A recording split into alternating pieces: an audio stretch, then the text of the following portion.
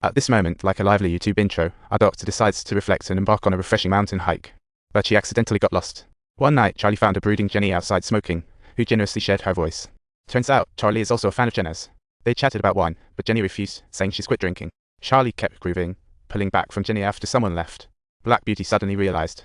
The doctor was gone long. Word, Black Beauty went out to look only to bump into her sauntering back, casually greeting. She went to the fireplace for warmth, while Black Beauty was furious. Why is my unreliable husband risking me? The next day at the well, Charlie shouted stop. As murky water erupted, soft mist gushed. The doctor arrived just in time to see.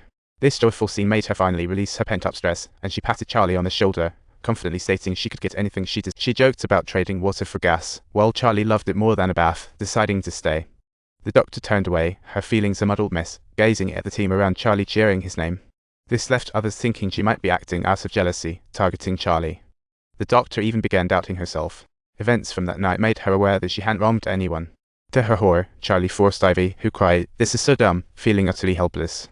Maudie, overcome with sorrow at the sight, couldn't help but burst into tears, having always treasured Ivy as her own daughter, lamenting, "We must hold on tightly." "You're right about her. Each day is so critical for her," she realized, with a sense of bittersweet joy. Ivy realized people here were overly self-righteous, misunderstanding her husband. Looking back, it seemed chilling a trap. She impulsively suggested kicking Charlie out. Yet she knew you can't control a living person by shooing, unless you imprison, stripping her freedom. This also strayed from their original intention. Eventually, Black Beauty devised a last-ditch plan for Charlie. Even though some protested loudly, the thought of their children being on Charlie's hit list made everyone reluctantly agree. Aware it breached their principles, they chose violence for self-preservation, and chaos ensued. A commotion woke Charlie, wielding hammer gun. Strong, he pulled out a knife, displaying his roughness. "In times of chaos, you first take down the virtuous," he said, coldly mocking, "or else I'll kick you all out." Charlie thought of the moment as a weakling, destined to be a sacrifice, confidently stating he would give that moment's family a kiss goodbye. He vowed to be a role model for his sons, provoking them to the breaking point, and others emerged en masse. Momentarily taken aback by Charlie's imposing presence, they retaliated, but found themselves bewitched. Suddenly, they went mad, swinging at Charlie's head till restrained, realizing they'd killed.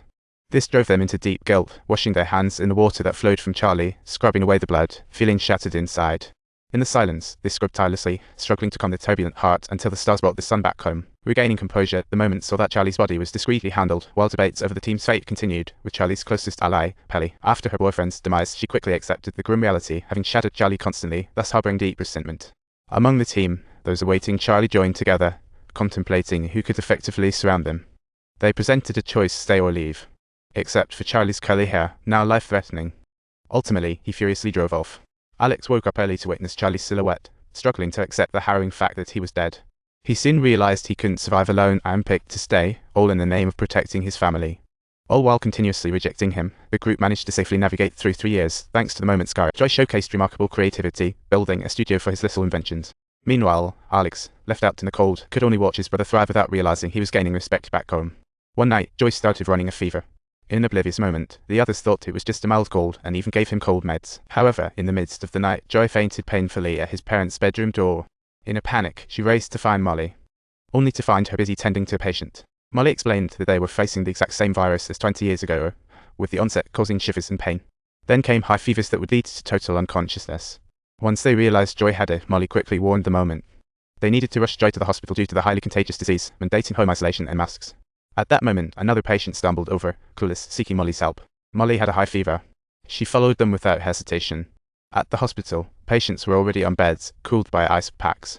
The moment ignored Molly's advice and stayed home taking care of Joy, just as Heather returned home after a 3-year absence.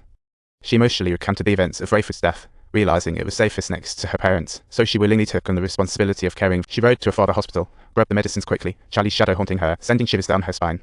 She even feared her dearest son had contracted a deadly virus, believing it was her wrongdoings coming back to haunt her. 21 years after the apocalypse, humanity was dwindling as a mysterious virus returned, putting the new human haven on the brink of disaster. Heather recounted her journey with tears in her eyes, strictly heading north as instructed by her father.